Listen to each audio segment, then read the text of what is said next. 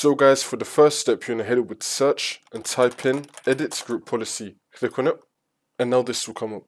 And then once you're on this, on the left hand side, under computer configuration, you want to expand Windows settings.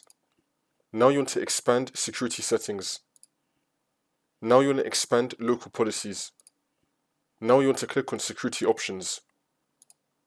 And now this will appear on the right side.